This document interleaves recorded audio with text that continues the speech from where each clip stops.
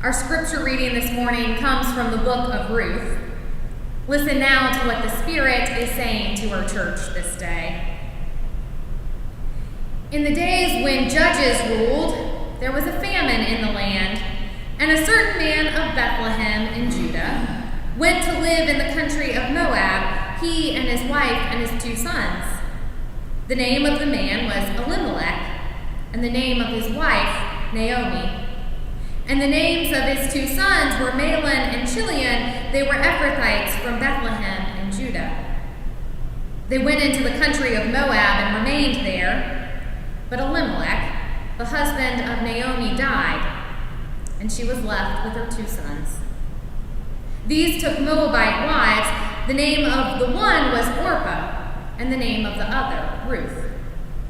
When they had lived there about 10 years, both Mahlon and Chilion also died, so that the woman was left without her 2 sons and her husband. Then she started to return with her daughters-in-law from the country of Moab, for she had heard in the country of Moab that the Lord had considered his people and given them food. So she set out from the place where she had been living, she and her 2 daughters-in-law, and they went on their way to go back to the land of Judah. But Naomi said to her 2 daughters-in-law, "Go back, each of you, to your mother's house. May the Lord deal kindly with you as you have dealt with the dead and with me. The Lord grant that you may find security, each of you, in the house of your husband." Then she kissed them, and they wept aloud. They said to her, "No, we will return with you to your people." But Naomi said, "Turn back, my daughters. Why will you go with me? Do I still have sons in my womb that they may become your husbands? Turn back, my daughters. Go your way, for I am too old to have a husband. Even if I thought there was hope for me, even if I should have a husband tonight and bear sons, would you then wait until they were grown? Would you then refrain from marrying? No, my daughters. It has been far more bitter for me than for you, because the hand of the Lord has turned against me." Then they wept aloud again. Orpah kissed her mother-in-law, but Ruth clung to her. So she said, "See, your sister-in-law has gone back to her people and her gods.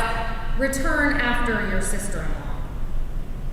But Ruth said, "Do not press me to leave you or turn back from following you. Where you go, I will go. Where you lodge, I will lodge.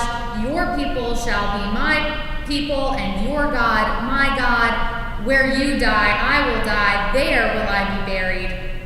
May the Lord do thus and so to me, and more as well, if even death parts me from you." When Naomi saw that Ruth was determined to go with her, she said no more to her. This is the word of the Lord. Thanks be to God. Our sermon series this month is titled, "Does This Make You Anxious?" And I was reminded this morning that my answer is yes. It does make me anxious to worship and not know what is happening on the other side of the screen. And maybe if you logged in earlier today, you discovered that it makes you anxious to see lips moving and not hear any sound, having no idea what words are coming out of our mouths. It was not intentional that on the day I planned to speak about separation anxiety, we were literally separated from one another. But here we are. Maybe you hear the words separation anxiety and your mind goes to preschool drop-off. Parents who have sent children back to school recently know just how quickly 4 little limbs can constrict around their torsos as the tears begin to flow and children plead with their whole bodies to stay with mom and dad. No matter how cheerfully a teacher greets a child, no matter how much excitement the parents have drummed up about going to school, the tears and the pleas still come. It's normal for children to do this. And while children might be the clearest illustration of separation anxiety, it's not something that is limited to the toddler years. A friend of mine told me about his decision to go to seminary. He was raised in a small town, and after he'd made the decision to attend, word quickly made it around town. And in the weeks to come, as he ran into folks at the grocery store and the gas station and at church, they'd approach him with excitement. "I hear you're going to seminary. Congratulations," they'd say. "You are going to learn so much. You'll be great. But go get your degree and come on back home. Don't change while you're away. Remember us." Though it's not as obvious as a toddler becoming a boa constrictor in an instant, it's still separation anxiety. When we began this series, I told you that anxiety is the time we spend thinking about a future we cannot control. Separation anxiety is the grief that accompanies our worry about that future. A child nervous that physical separation from a parent could last longer than the school day begins worrying prematurely about losing his parent. A friend who has watched a child grow into adulthood worries that a degree may spark ideas that call into question the life that child has known. So the advice comes, don't change, which is really just premature grief about the possibility of someone becoming something new. Who hasn't experienced separation anxiety as of late? We are all separated from people and places we love. We're living apart. Even as you watch this, you are aware that you are not in the same moment as us. You are witnessing something that we have filmed earlier. And it's in that separation that we get anxious, remembering just how far apart we are from so many people and places. So we wonder, what will our relationships be like after this? What will the church be like after this? What will the world be like after this? And we wish for things to return to the way they were. A church that doesn't happen via live stream. Friendships that aren't dependent on Zoom gatherings. And as we think about the way things were, we remember that we don't know what the world will look like and how things will change, so we grieve the unknown future. Will my best friend recognize me after so much time apart? And after hair that hasn't been colored in months? What if her values have changed in these last months? What will it be like when we come back to church? What if it just doesn't feel the way it used to? These are questions about grief. Grieving a future that we can't anticipate. Separation anxiety is about grief. And none of us, not a single one, is spared from grief. So the question for us is not whether separation anxiety is prevalent in our lives. The question is how this premature grief is manifesting itself in each of our lives right now, because we are all grieving an unknown future. Maybe for you it looks like pressing refresh on your browser, incessantly looking at news of financial markets, and doing some mental math to calculate whether you'll need to revisit your retirement plans. Maybe grief feels like tears slowly rolling down your cheek and landing in your lap after you finish a phone call with a loved one. And you remember you don't know how long it will be before you can see them in person again. Maybe for you, grief is as restless as the tossing and turning of a sleepless night as you wonder whether a job offer will come.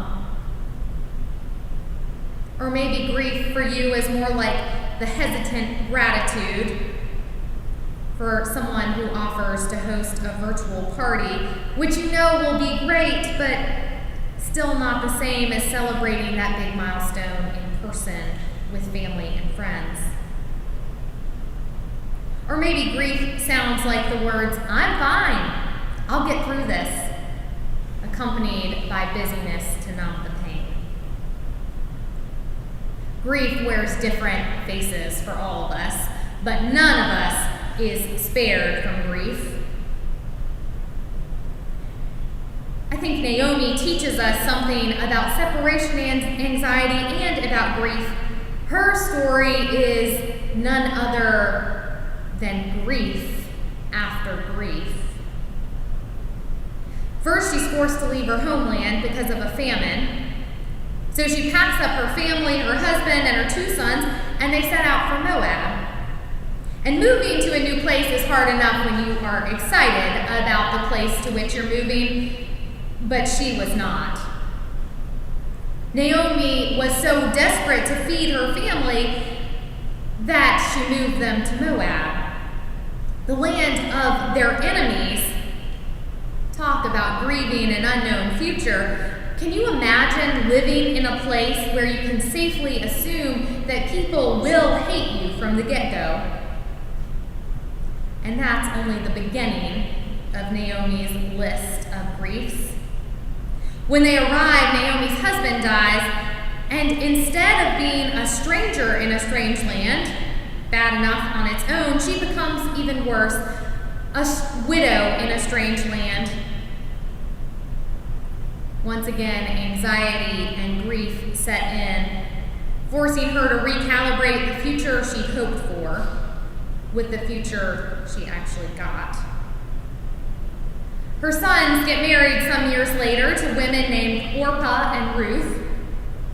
But tragedy strikes again, and not one, but both of her sons die, leaving Naomi with nothing.